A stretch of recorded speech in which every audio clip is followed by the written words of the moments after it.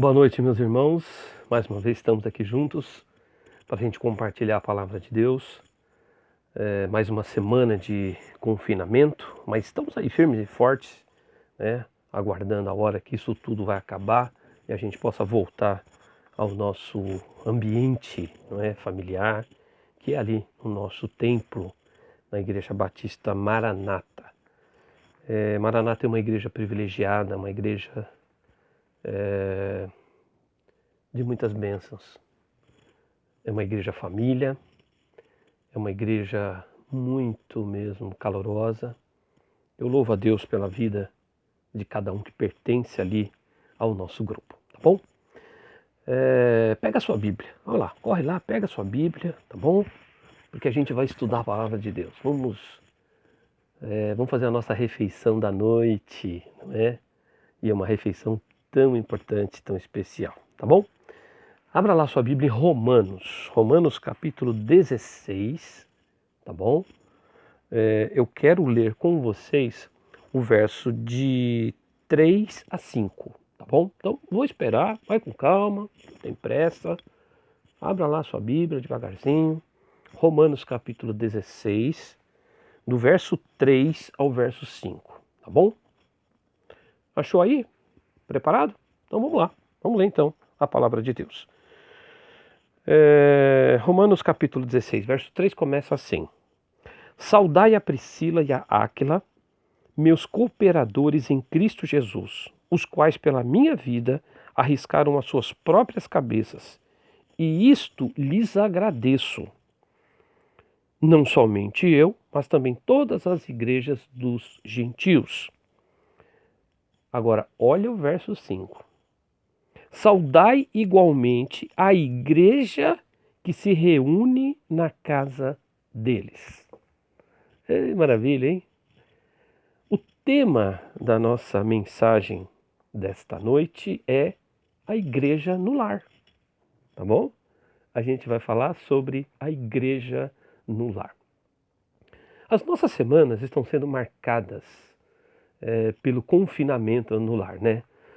Devido ao Covid-19, a população tem sido orientada a ficar em casa, evitando, né, a aglomeração de pessoas nas ruas e também nos lugares públicos. E o confinamento tem sido a única arma que pode evitar a disseminação da doença. Quebra-se a cadeia de transmissão. Por isso que o isolamento ele tem sido algo inédito para nós. Eu, pelo menos, nunca passei por isso. E isso tem gerado uma coisa muito interessante. Tem gerado a aproximação das famílias no lar. A nossa vida agitada, o nosso corre-corre de ir para o trabalho, ir para a escola, ir para a faculdade, acaba nos separando muito das nossas famílias. Aquela união, a gente vai se perdendo porque parece que nós vivemos fora de casa, parece que nós não vivemos dentro, não é verdade? De casa. Por isso que, como cristãos, nós cremos que não existe coincidência, não é verdade? Nós cremos que Deus é quem governa e permite o funcionamento do mundo e tudo aquilo que acontece nos nossos dias. Por isso eu creio que o Covid-19 também não está isento do controle de Deus. E mesmo que o Covid-19 traga muito sofrimento, muito incômodo, dor e tristeza para muitos, nós podemos dizer que também trará marcas e ensinamentos importantes para a família. Eu quero lançar uma pergunta para vocês. Por que nós podemos tirar ensinamentos importantes desse momento tão difícil que nós estamos vivendo? Irmãos, nós podemos tirar ensinamentos importantes, sabe por quê? Porque a verdadeira igreja nasce e sobrevive no lar.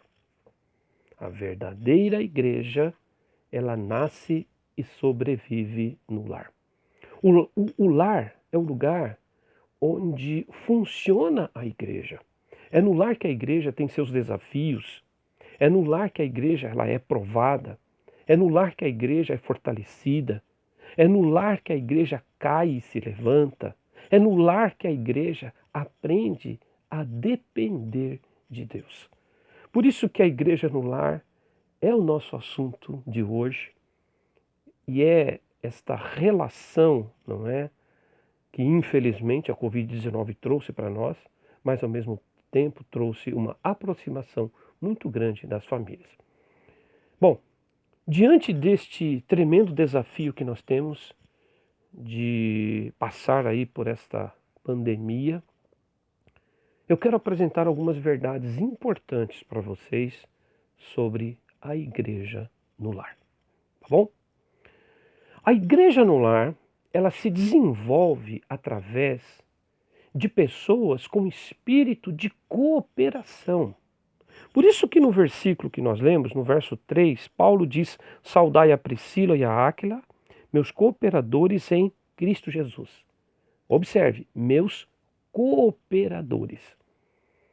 A igreja no lar, ela se desenvolve através de pessoas com espírito de cooperação. Priscila e Áquila eram irmãos em Cristo, que demonstravam a vida cristã através da cooperação. E cooperar significa, irmãos, operar juntamente com. Significa unir esforços para a resolução de um assunto ou problema, facilitando o acesso aos meios práticos para o conseguir. É isso que significa cooperação. Por isso que Priscila e Áquila foram grandes cooperadores do apóstolo Paulo. A gente tem informação na palavra de Deus, até num certo momento, Priscila e Áquila cederam a própria casa como moradia para o apóstolo. Priscila e Áquila auxiliaram o apóstolo na propagação do evangelho. Priscila e Áquila trabalharam juntos com o apóstolo Paulo. Priscila e Áquila tinham um espírito de cooperação. Por isso que nós aprendemos que a cooperação, ela nasce dentro do lar. O nosso lar é a melhor escola para treinar os colaboradores. No lar nós aprendemos a viver, por exemplo, em equipe. No lar nós aprendemos a ajudar nas diversas tarefas. É no lar que nós ajudamos e nós somos também ajudados. Mas infelizmente há muitos lares onde reina um espírito egoísta, onde não há cooperação. Os indivíduos não trabalham juntos, pensam somente em si mesmo e não no outro. Vivem juntos dentro do lar, mas são pessoas desconhecidas. Por isso, irmãos, que a primeira grande verdade que nós aprendemos sobre a igreja no lar é que a igreja ela se desenvolve através de um espírito de cooperação. Tá bom? A segunda verdade que aprendemos é que a igreja no lar se desenvolve através de pessoas com espírito de coragem. Observe no verso 4 que o apóstolo Paulo diz sobre Priscila e Áquila. Ele diz: os quais pela minha vida arriscaram as suas próprias cabeças. Paulo diz aqui que Priscila e Áquila correram riscos. Ele está dizendo aqui que Priscila e Áquila arriscaram a própria vida. Eles se colocaram em perigo por causa do outro. Por isso que o verdadeiro espírito cristão se arrisca pelo outro. E é interessante a gente perceber que é dentro da nossa casa, é dentro do nosso lar que nós aprendemos sobre coragem. Esses dias atrás, um jovem, ele falou algo sobre a mãe que me deixou impressionado. Ele disse o seguinte: a minha mãe é um exemplo. A minha mãe, ela é uma guerreira.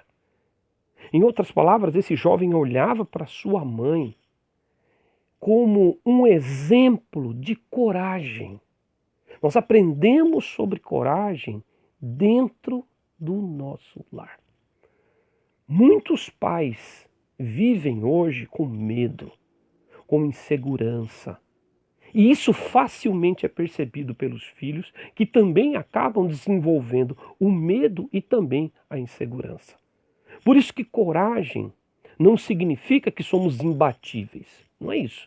Mas significa que temos a capacidade de enfrentar as situações difíceis da vida, as situações que às vezes tendem a nos engolir, principalmente esta capacidade de enfrentar as situações.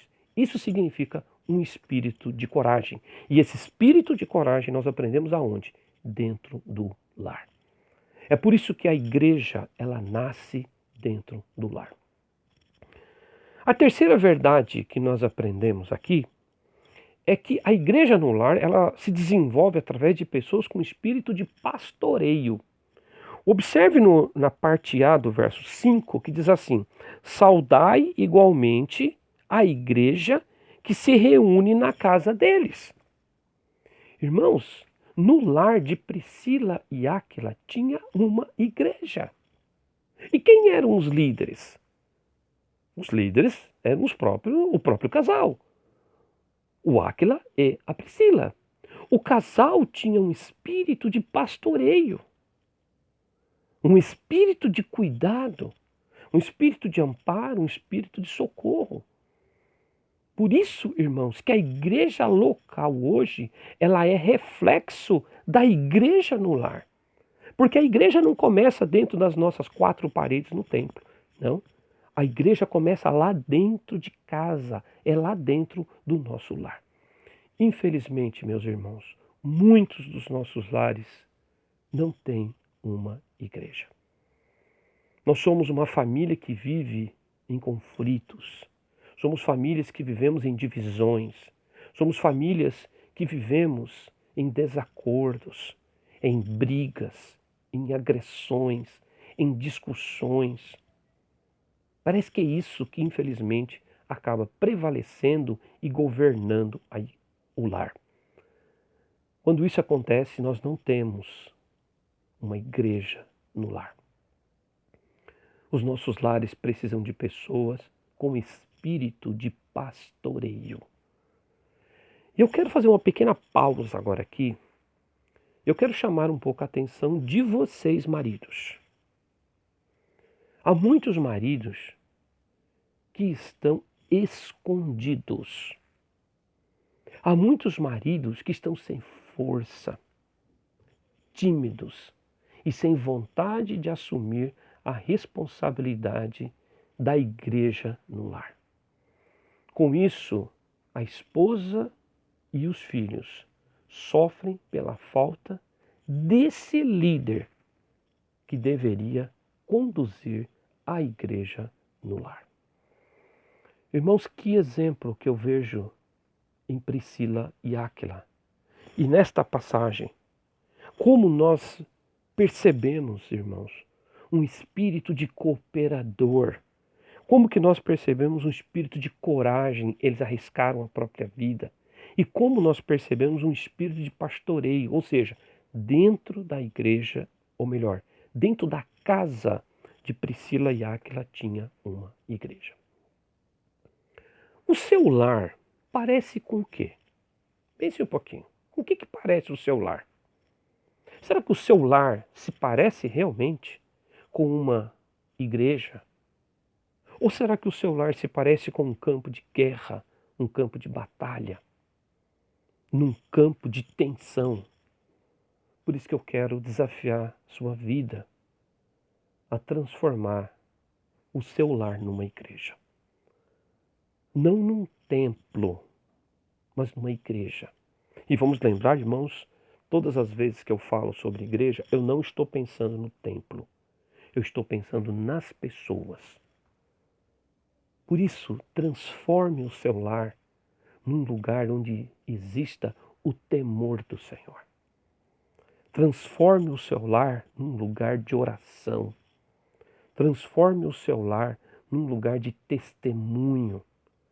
Transforme o seu lar num lugar onde a vida cristã ela é evidenciada. Esta é a palavra que eu quero deixar para vocês que tem aí a igreja no lar. Tá bom? Deus te abençoe. Que você tenha uma excelente semana. Bom, irmãos, antes de encerrar, como de costume, eu tenho pedido muito para vocês fazerem suas ofertas, entregarem as suas ofertas, seus dízimos, por transferência bancária, por depósito. Neste começo desse mês e no meio do mês nós temos 2 grandes compromissos. Então eu gostaria de pedir para que você, nessa segunda-feira agora, você faça a sua oferta para a igreja. Se você sabe de alguém que está lá com a sua oferta, mas não tem como levar ao banco, converse conosco pelo WhatsApp. Nós podemos dar um jeito de passar por lá e ajudar você nisso. Porque a igreja não para, nós temos compromissos com tantas coisas. E eu preciso realmente da sua ajuda durante esses dias. Combinado? Deus te abençoe. Ó, tô com saudades. Tô com saudade dos nossos lanches.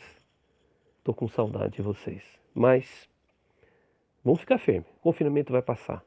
E tudo vai dar certo para a glória de Deus. Deus te abençoe. Ó, forte abraço, tá bom? Beijo para vocês e até quarta-feira. Tchau, tchau.